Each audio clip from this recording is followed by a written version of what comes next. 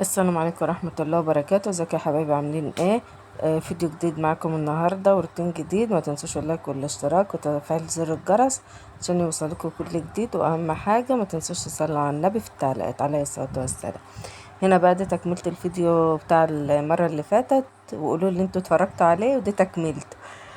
ان شاء الله دي بقى الحلقة اللي انا قلت لكم عليها. انا كنت على الفيديو اللي فات بقول لكم ان انا عازمة 18 فرد. كان اهل جوزي وكده كان عايز يعزمهم قبل ما يسافروا، قبل ما يسافر و... وانا كنت قدها وقدود يا جماعة، وطلعت بنت راجل وعملتها. المهم ما علينا. انا كنت جايبة 7 كوسة و7 برنجان وكده، وعملت قلت لكم في الفيديو اللي فات كنت عاملة الكفتة ديت وحطها في التلاجة. دلوقتي بقى حان وقت انني اصبع الكفتة. آه الكفتة ديت انا كنت حاطة فيها بصل وطماطم وفلفل، واللهم صل على النبي، برغل، وسبتهم يجي ساعتين كده لحد ما البرغل نفش شوية، ورحت حاطة عليه كيلو لحمة مفروم، وقعدت بقى اعمل بها بايديا كده واسمخها. غير بقى البهارات قبل ما اسمخها، البهارات بقى ملح، فلفل اسمر، بهارات الكيس اللي هو بهارات كفتة دوت، واللهم صل على النبي. وايه تاني؟ استنى افتكر واقول لكم. آه بس بقى، وسبع بهارات والكلام ده كله. ورحت حاطه بقى، قعدت بقى حطيت اللحمه فيه، وقعدت اضربها بنيات كده لحد ما شبعت، لحد قصدي ما عملت عروق يا جماعه. تحس كده، تبص في اللحمه تلاقي حاسه انها عملت عروق كده وخيوط. وحطيتها في التلاجة لان كنت عاملاها قبلها بيوم عشان تهون عليا يعني توفير لي الوقت وكده، لان زي ما قلتلكوا ان انا كنت لوحدي وبعمل عزومه لوحدي.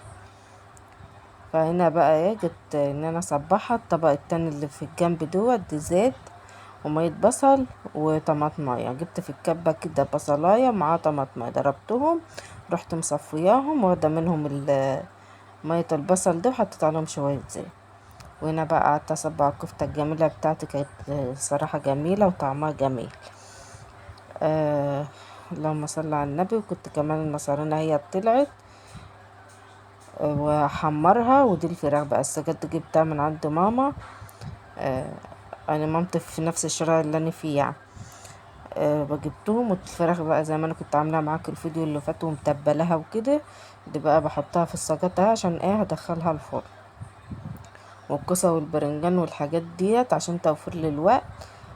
حطيت شويه حمرتهم على البوتاجاز، وشويه حمرتهم في الفرن آه عشان توفر لي الوقت وكده. انا كنت هقلي يعني الكميه، اقلي يعني 14 كيلو يا جماعة. كانوا كتير واقفة وكتير قعاد. صراحة اختي جت ساعدتني شوية، اديتها هي شوية تعملهم في الفرن، وانا قعدت احمر شوية على البوتاجاز لحد ما الكمية خلصت.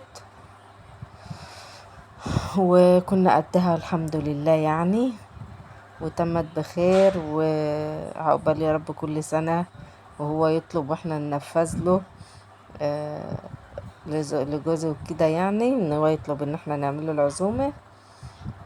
وايه تاني يا جماعة؟ استنى الفيديو دوت صراحة التجهيزات كلها في الفيديو اللي فات والفيديو ده. اما بقى النتيجة النهائية انا مش لاقياها خالص. والله قعدت بقالي يومين بدور عليها. الفيديو دي نزل مش تاني يوم على طول، لا ده والله قعدت يومين عمالة ادور في في تليفونات الباك كله. انا كنت صورت بتليفون مني يا جماعة آه التسوية بقى، وانا بحضر في الاكل وبحطه في الحاجة. ما لقيتهاش على اي تليفون. تليفوني طبعا ما الحرارة كان سخن جدا، ما كانش راضي يصور وكل شوية يفصل، لان قعد يومين، يعتبر يومين كاملين في المطبخ. يوم اللي قبل التحضيرات، يوم التحضيرات دوت، ويوم الاكل والبوتاجاز والنار. والبوتاجاز بتاعي والتليفون بتاعي يعني مش تليفون على قد حاله كده، بس الحمد لله ماشيين. كان سخن جدا، ما كانش راضي يكمل كانش راضي يكمل تصوير، فاخدت التليفون من حد، مش عارفه تليفون جوزي تليفون ولادي، ان انا صورت بيه وانا كمني مش تليفوني، فمش فاهمه في بقى التكات اللي انا بصور على الفيديو كده ولا ايه، ما طلعش بيصور ف ولا ما صورش، الله اعلم، انا مش عارفه انا عملت ايه وفي تليفون مين. آه المهم ان انا ايه جهزت كل دي وكل اللي انتوا شفتوه ده والنتيجه ما ظهرتش، فمعلش يعذروني في اخر الفيديو. انا المفروض ما كنتش قلت يعني، بس انا امينه معاكم للاخر. الفيديو ما صورته، ما النتيجة بتاعته مش هتلاقوها في اخر الفيديو، شفتوا هو كده، ده اللي حصل في الاخر. معلش اعذروني، اشوفكم في فيديو جديد، ومع السلامة، وما تنسوش لايك والاشتراك.